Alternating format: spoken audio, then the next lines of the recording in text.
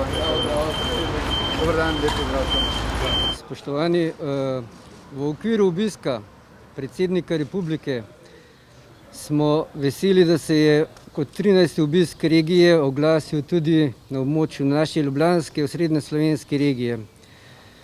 V okviru obiska smo mu na regijskem nivoju, na občinskem nivoju in seveda tudi na državnem nivoju povedali tegobe, s katerimi smo se spopadali v času epidemije od začetka v lanskem letu 2020 pa do sedaj, kakšne so bile negativne stvari, kakšne so bile pozitivne, kako je bilo to v prvem valu, kako je to sedaj, katere so prioritete bile v spomladanskem valu lansko leto in katere prioritete so sedaj. Seveda hvaležni smo tudi vsem gostiteljem današnjega obiska, pa naj si bo to ogled cepljenja na Gospodarskem razstavišču, ogled doma starejših občanov na Bokalcah in seveda gostitelje zadnjega gasilske brigade Ljubljana. Še enkrat se zahvaljujemo vsem, ki so kakorkoli pripomogli, da je COVID-19 postal obvladljiva zadeva in da bomo z njim pred zadnjo etapo lahko delovali tako, kot je potrebno. Naj se še enkrat zahvalim vsem skupaj in kaj naj rečem za nazadnje, zadnja etapa naj bo resnično zadnja. Hvala lepa. Lep pozdrav. Seveda moja zahvala, podobno kot Tomaževa, gre najprej vsem tistim, ki sodelujejo v tej situaciji, ki nas je doletela od lanskega leta in ni še konec. Tako našim strukturam, kot seveda tudi vsem ostalim, predvsem zdravstvu, ki jim vsi skušamo na vse mogoče načine pomagati, da vzdržijo in vesel sem, da so seveda vzdržali in prepričan sem, da bo tudi do konca.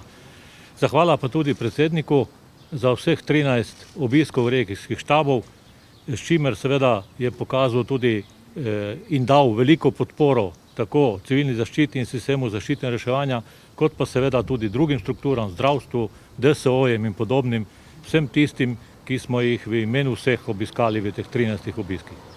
Tako še enkrat hvala vsem in jaz sem prepričan, da bomo tudi to zadnjo etapo, upajmo, zmogli brez kakšnih posebnih žrtev. Hvala lepa.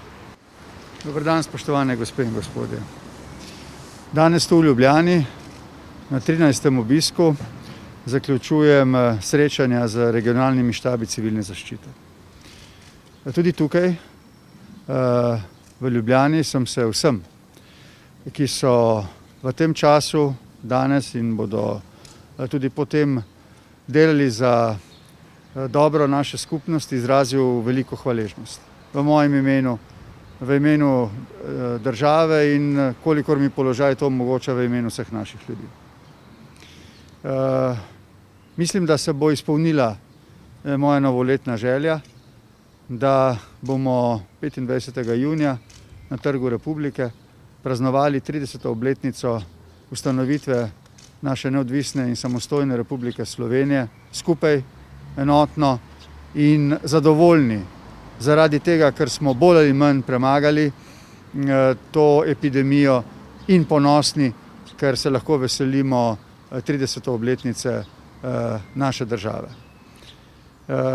Če smo premagali vse preizkušnje v tem dolgem letu, ki je za nami, potem vas prosim in pozivam vse, zdržimo še ta kratek čas, ki se zdi je potreben za to, da z precepljenostjo, prekuženostjo dokončno pravimo z epidemijo.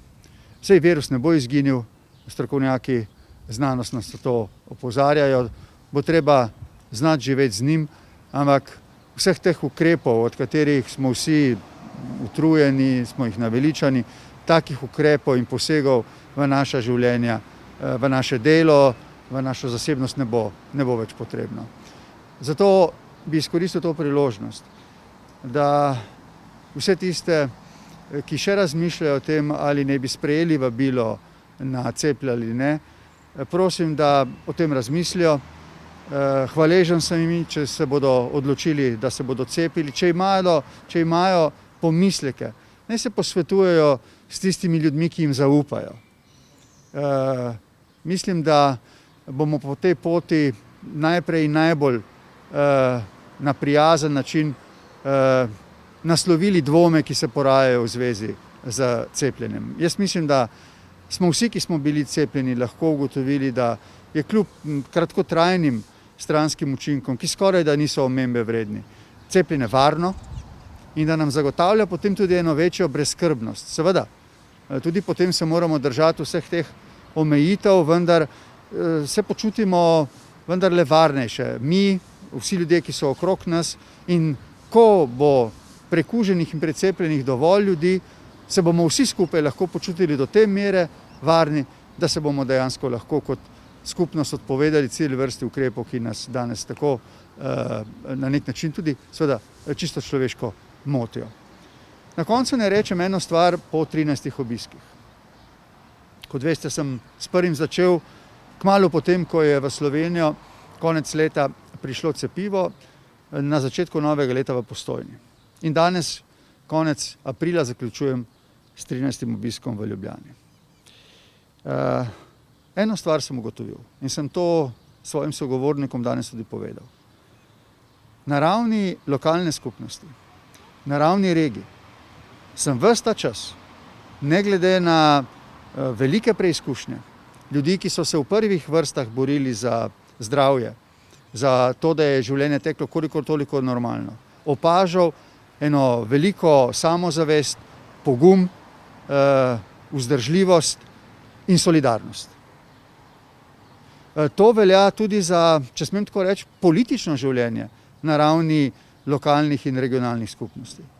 Nekaj tega zaupanja in solidarnosti in enotnosti bi zdaj v finalu tega soočanja z epidemijo potrebovali tudi na državni ravni. Skupaj smo lahko bolj uspešni. Mislim, da je to tudi naša odgovornost vseh tistih, ki smo nosilci političnih nalog na državni ravni, da se zdaj v finalu te krize izkažemo.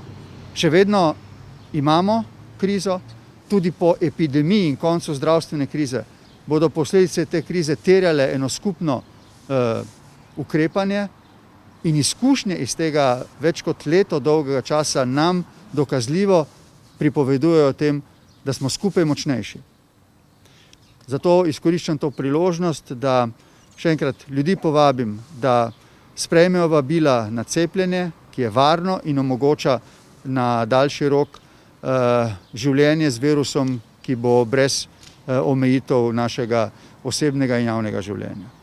In pozivam vse nas, ki imamo odgovornost tudi na ravni državne politike, da v luči tega finalnega soočenja z epidemijo in z soočenji s posledicami te epidemije, kolikor je le mogoče, skupaj sodelujemo, se poslušamo, se upoštevamo in damo svojim ravnanjem na nek način tudi en nagovor vsem nam kot skupnosti, da skupaj zmoremo več, da skupaj lahko premagamo vse težave.